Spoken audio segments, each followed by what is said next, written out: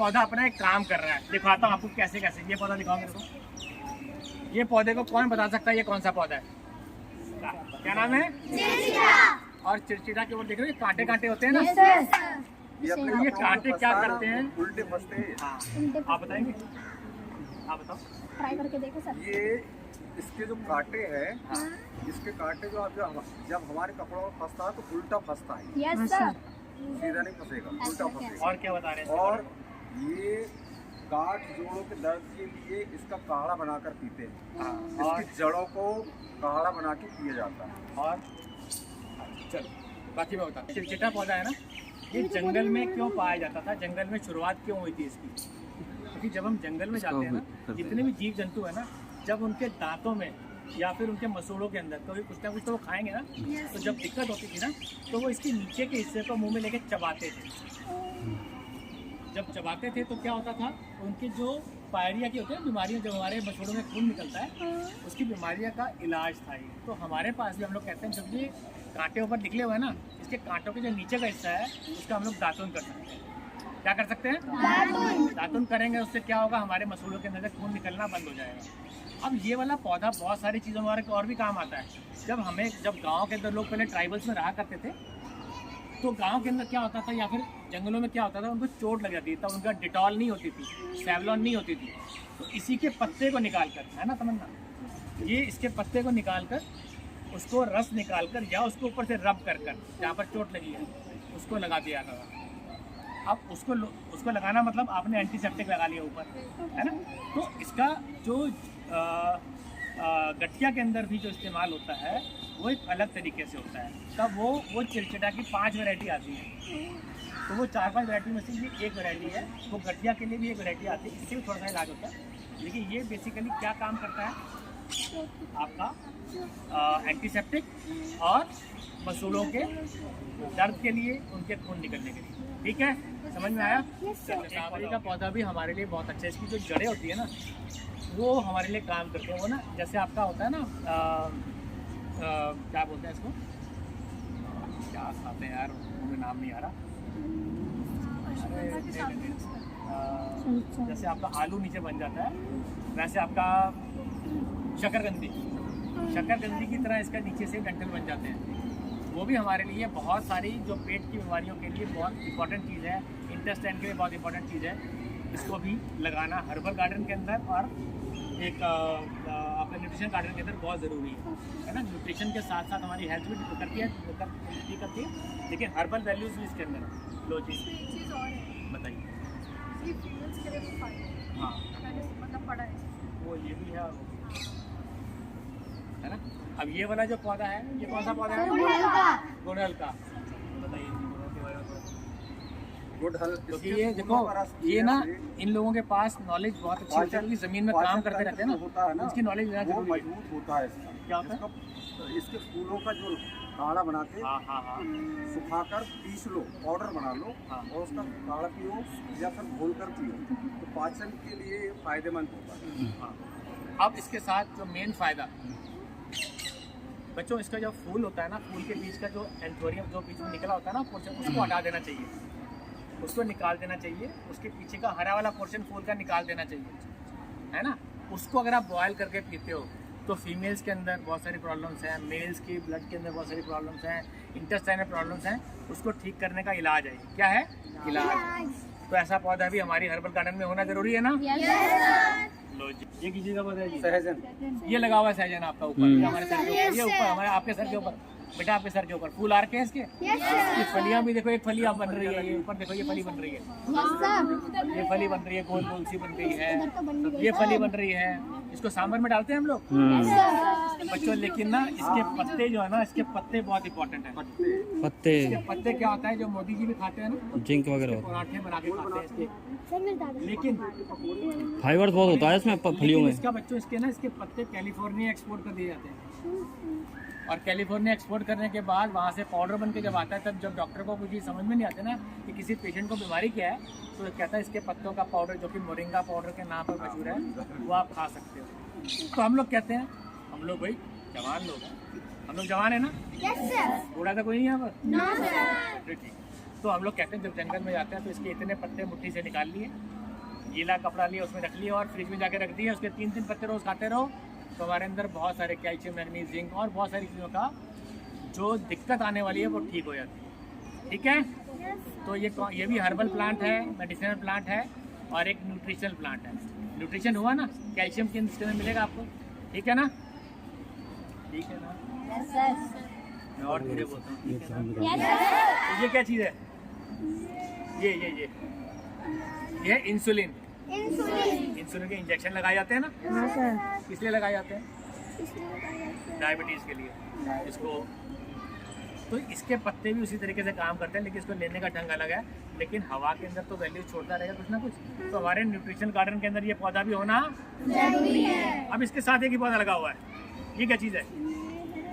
ये जो वीड पीछे निकले हुए हैं आपके सारे, पीछे वीड सारे निकले पड़े हैं। ये भी बड़ा इंपॉर्टेंट एक हर्बल प्लांट है, इसका नाम है येलो सोरल। क्या नाम है? येलो सोरल। बहुत इंपॉर्टेंट चीज़ है, ये भी हमारे न्यूट्रिशन गार्डन में होना बहुत ज़रूरी है, क्योंकि ये भी हमारे इंटेस्टाइनल प्रॉब्लम्स के लिए बहुत अच्छी चीज़ है। तो ये भी एक हर्बल प्लांट है, न्यूट्रिशनल प्लांट है। ठीक है, ये खाने में खट्टा लगता है। क्या नाम?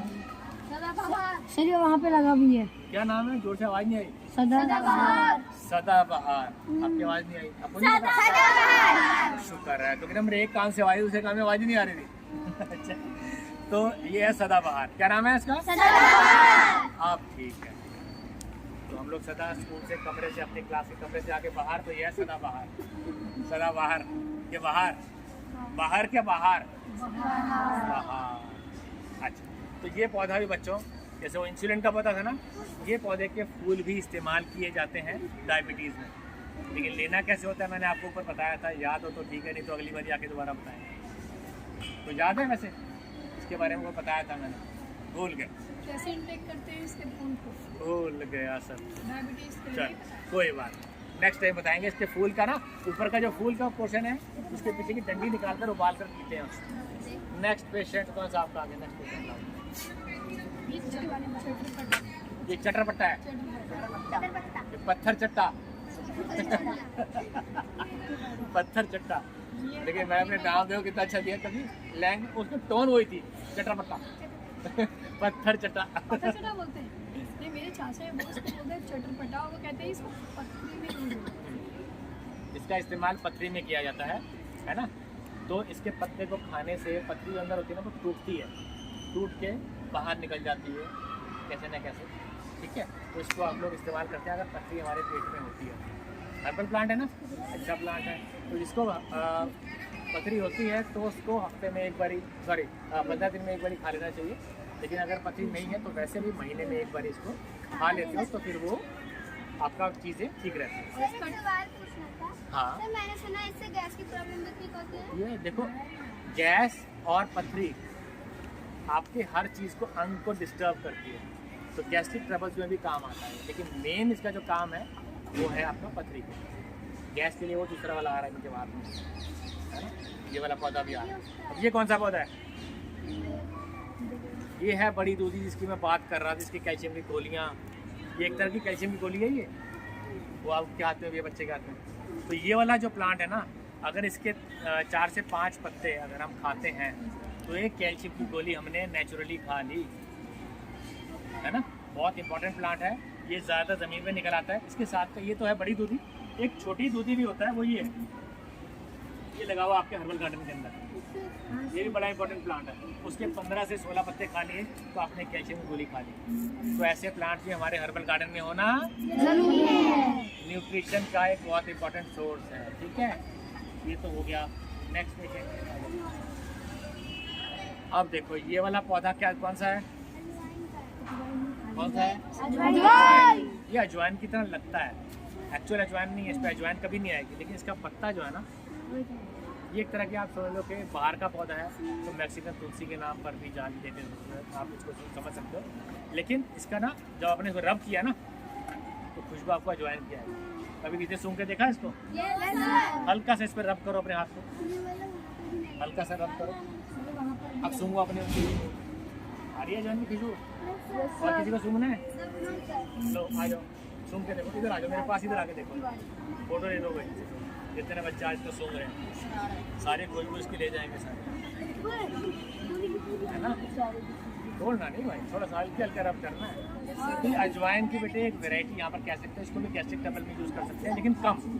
इसका एक पत्ता आप लोग अपनी चटनी बनाते हो उसमें डाल सकते हो, कोई खाना बना रहे हो उसके अंदर आपने डाल लिया, लेकिन ज़्यादा नहीं डालना, कम डालना है, लेकिन इसको यूज़ कर सकते हो। कभी कभी एक का इसका पकौड़ा बना के खा लिया वो भी खा सकते हो। नेक्स्ट क्या चीज़ है ये है मकोई। इसका इतना ही रहता है ये फ्रूट, इसका फ्रूट इतना ही रहेगा, नहीं इससे बड़ा नहीं होगा। और कितना बड़ा है देखो, ये लिया हमने,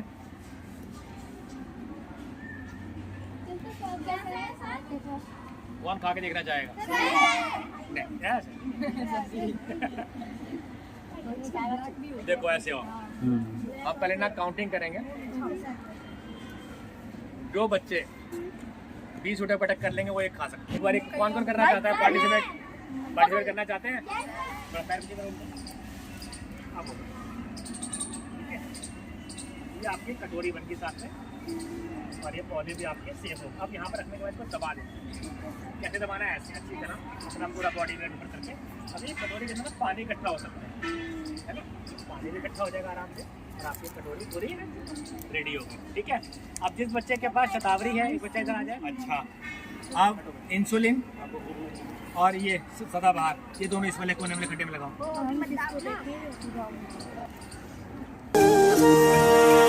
नए नए कदमों पर नई नई उम्मीदें, इस शहर को हम हरियाली की चूनर पहनाए। नए नए कदमों पर नई नई उम्मीदें, इस शहर को हम हरियाली की चूनर पहनाए। छोटी मोटी कोशिशें बदलेगी जिंदगी, हम आने वाले कल को खुशियों से महकाए। एक एक शाखों पर फूलों सा खिलता अपना देवास, हम सब मिलकर इस मिट्टी का कर्ज चुका